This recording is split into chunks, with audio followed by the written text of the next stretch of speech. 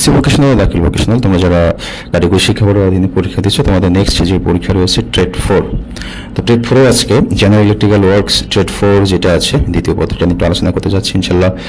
General electrical 1-এ যেভাবে তোমরা এই সর্বশেষ সাজেশন থেকে কমন পেয়েছো, ইনশাল্লাহ এখান থেকে কমন পাবে। আরেকটা বিষয় হচ্ছে সাজেশনটা অনেক শর্ট করে দেওয়া, এরপরে যদি তোমাদের কাছে সময় থাকে, অবশ্যই সময় থাকবে, এটা পড়তে 2 থেকে 3 ঘন্টা লাগবে।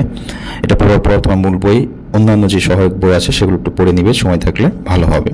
সেক্ষেত্রে প্রথম যে প্রশ্ন রেখেছি সেটি হচ্ছে আইপিএস এর কাজ কি, সঞ্চয়ী সেল কি, এছাড়া ইউপিএস এর পূর্ণরূপ লেখো, জেনারেটর কত প্রকার, কি কি, এসি জেনারেটর কি, কমিউটেটর মূল কাজ কি, এটা একটু পড়বে। তারপরে এক্সাইটার কি, এছাড়া মোটর স্থির অবস্থায় এর ব্যাক এফ কত থাকে, তাছাড়া চার্জ অবস্থায় লিড অ্যাসিড সেলের ভোল্টেজ কত, আর্থিং কাকে বলে, এছাড়া মেগারে কি ধরনের ভোল্টেজ উৎপন্ন হয়, এটা একটু পড়তে হবে। তাছাড়া লাইটনিং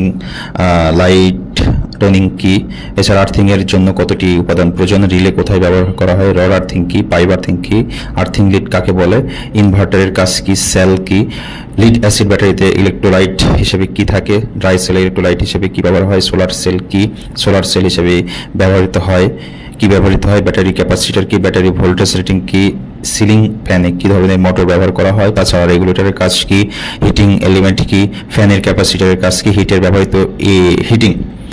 ব্যবহৃত হিটিং এর এলিমেন্ট কিসের তৈরি, হিটিং এলিমেন্ট কিসের দ্বারা তৈরি হয়, কার্ড সেট কি, সোল্ড প্লেট কোনটি, ইউপিএস এর ব্যবহার, তাছাড়া ভোল্টেজ ডিসি মোটর, এগুলো সংক্ষিপ্ত প্রশ্ন। চিত্রসহ ফ্লেমিং এর বামহাতি ডিসি মোটরের ব্যবহার, আর্থিং এর ব্যবহার, আর্থিং করা কাকে বলা হয়, বর্ণনা করো, সেল বলতে কি বোঝো, 4টি সেলের সিরিজ সংযোগ চিত্র দেখাও, পোলারায়ন বলতে কি বোঝো, এগুলো মোস্ট ইম্পর্টেন্ট। চিত্রকে dry cell most important. Ceiling fan প্রকৃত কত প্রকার কি কি, বৈদ্যুতিক হিটারের কাজ কি, এটা হচ্ছে বড় প্রশ্ন। এসি ডিসি মোটরের জেনারেটরের পার্থক্য, তাছাড়া আর্থিং এর প্রয়োজনীয়তা গুরুত্ব, এছাড়া হচ্ছে সার্কিট ব্রেকারের মূলনীতি চিত্র সহ, তাছাড়া লিড অ্যাসিড সঞ্চয়ী ব্যাটারির ব্যবহার, লিড অ্যাসিড ব্যাটারির চার্জিং সতর্কতামূলক পদক্ষেপ, এছাড়া হচ্ছে সেলের ব্যবহার, তাছাড়া যদি আমি দেখি সাধারণ সেলের গঠন বর্ণনা, চিত্রসহ সিলিং ফ্যানের গঠন ও কার্যপ্রণালী বর্ণনা করো, একটি সিলিং ফ্যানের বিভিন্ন অংশ চিহ্নিত করো।